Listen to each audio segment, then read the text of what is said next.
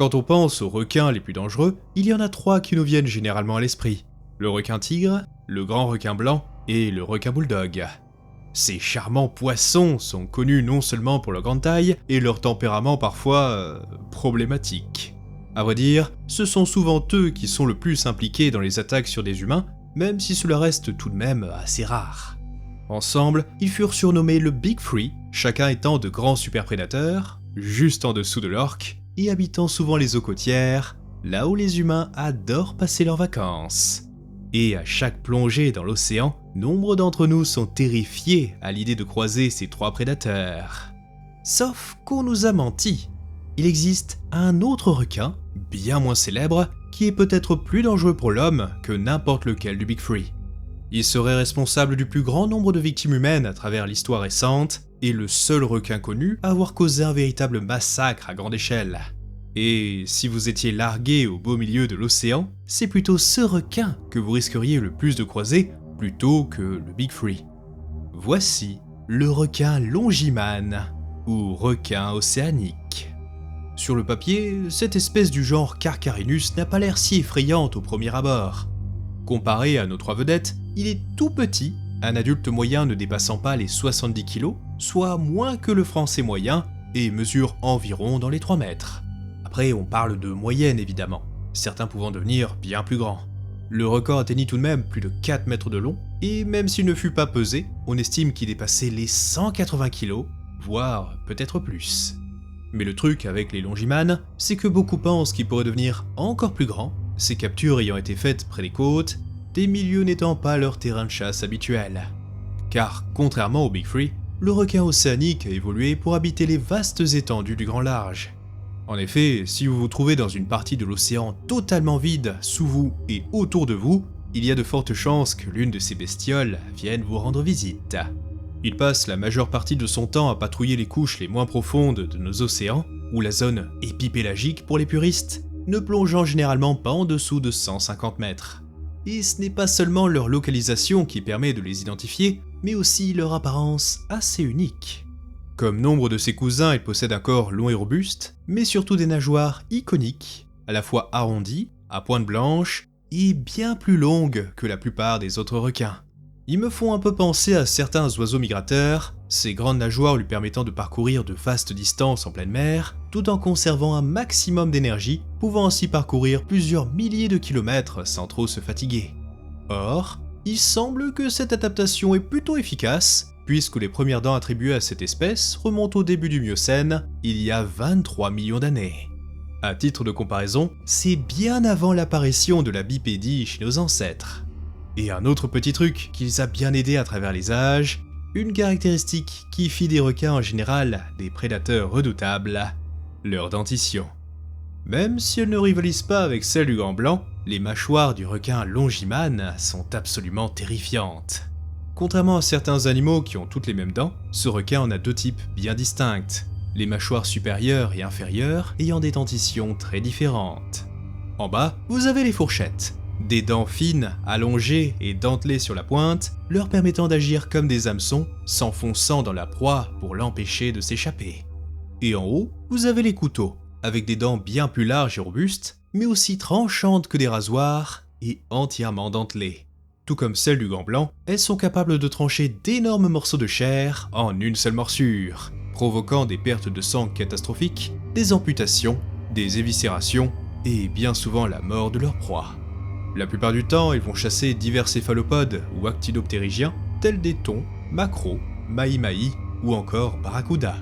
Mais à cause d'un environnement incroyablement vaste et de la rareté de leur nourriture, le requin longimane n'est pas du genre à faire la fine bouche et avalera à peu près tout et n'importe quoi si l'occasion se présente.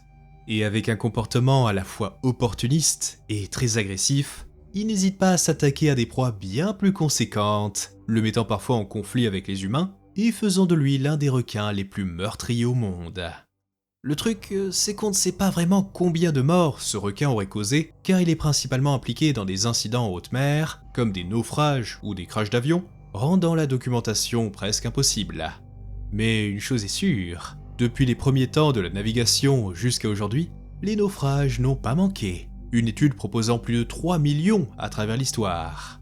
Ceci lui valut une sombre réputation, et il fut ainsi surnommé le requin des naufrages, connu pour s'attaquer aussi bien aux morts qu'aux vivants.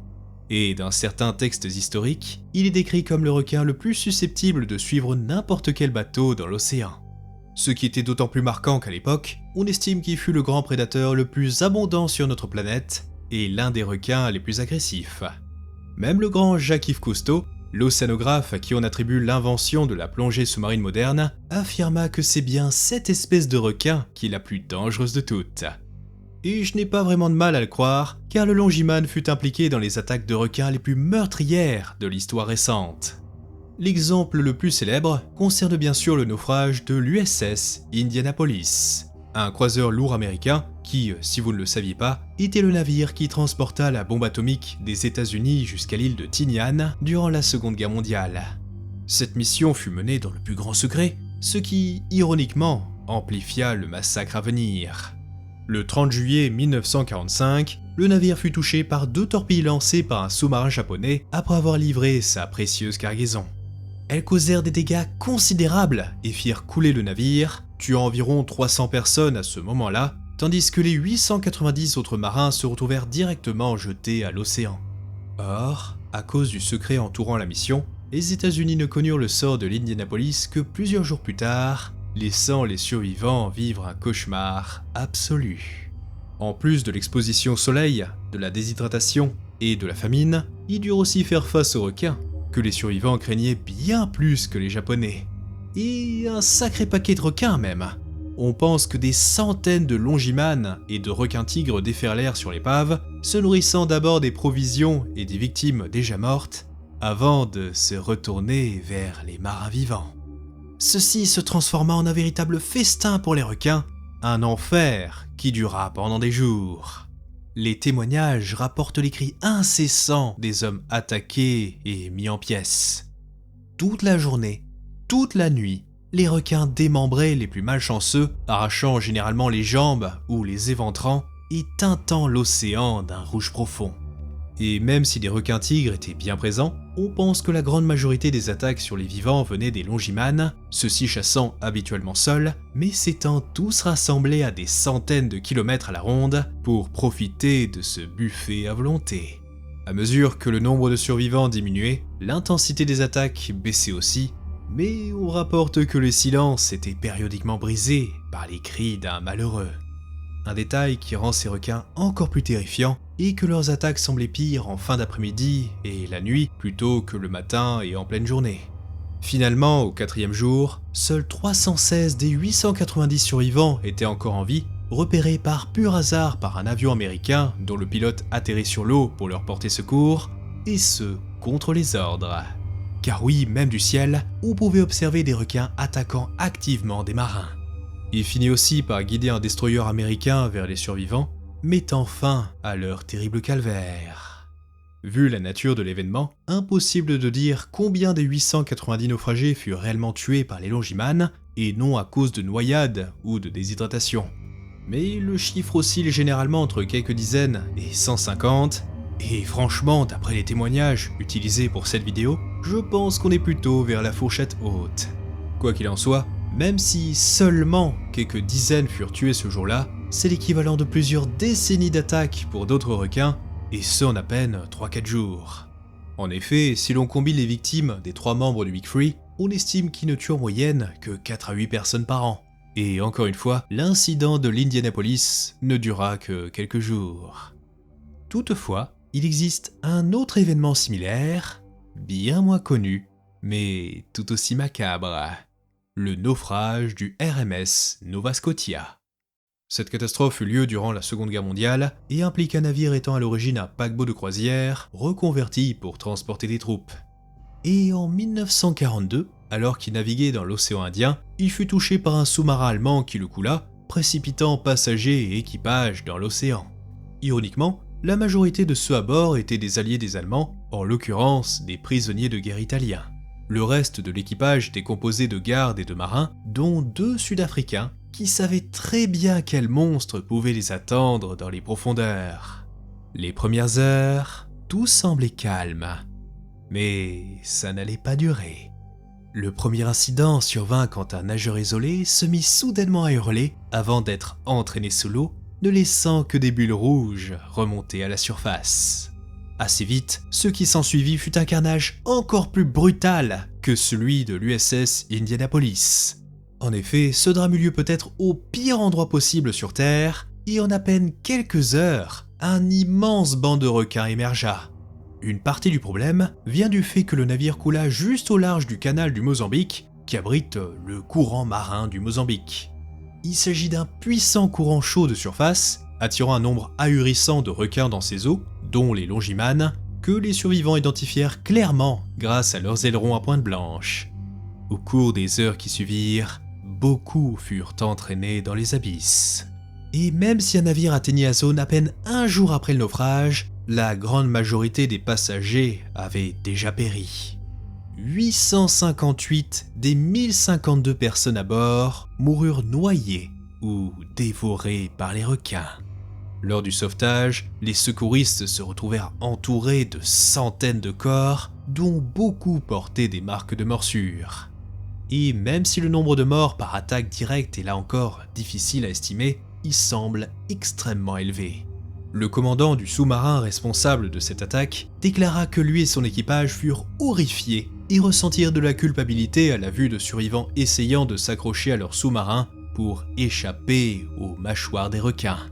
Les chanceux sur les quelques radeaux rapportèrent que l'un après l'autre, les nageurs criaient, se débattaient frénétiquement, puis disparaissaient, laissant place à une large mare de sang. Et une estimation avança même que sur les 750 prisonniers italiens à bord, jusqu'à un quart, soit environ 187, furent directement tués et dévorés par les requins. Cet événement sera connu plus tard comme la pire attaque de requins que l'océan Indien ait jamais connue. Et encore, ce ne sont là que les deux exemples les plus célèbres, car durant notre histoire, ce sont des millions d'autres naufrages de crash d'avions qui auraient pu finir ainsi, et nous ne saurons jamais combien de personnes sont mortes entre les mâchoires de ces requins. Cependant, si de tels événements se produisaient aujourd'hui, le nombre de victimes humaines serait probablement beaucoup plus faible. Au cours des dernières décennies, le requin océanique fut véritablement décimé par les activités humaines et serait même l'un des requins les plus affectés par la pêche. Car s'il pouvait autrefois se compter par millions, on estime que jusqu'à 95% de la population mondiale, voire peut-être plus, a disparu depuis les années 50. Les raisons principales seraient les prises accidentelles, mais aussi la pêche délibérée pour ses longues nageoires très prisées. Résultat, cette espèce est désormais classée en danger critique d'extinction. Pour certains, cela pourrait sembler être une bonne nouvelle, et si vous faites naufrage, ça augmenterait probablement vos chances de survie. Mais dans l'ensemble, le déclin du longimane est plutôt une mauvaise chose pour l'homme. Car au-delà de sa viande, le requin océanique joue un rôle majeur dans le maintien de l'équilibre de l'océan, empêchant certaines proies de proliférer excessivement, tout en régulant le nombre de prédateurs de taille moyenne. Comme on dit en zoologie, une véritable espèce clé de voûte. Ainsi, à mesure qu'il continue à décliner, cet équilibre qu'il maintenait est de plus en plus menacé, ce qui pourrait entraîner pour les humains des problèmes bien plus graves que quelques attaques de requins de temps en temps. C'est pourquoi de vastes programmes de restauration font tout pour sauver le requin océanique, et ce, malgré son sale caractère. Mais comme d'habitude, seul l'avenir nous dira si c'est suffisant, et espérons que ce fascinant prédateur puisse sillonner les océans pendant encore des millions d'années. Merci de votre attention, et on se dit à la prochaine aux eaux sauvages.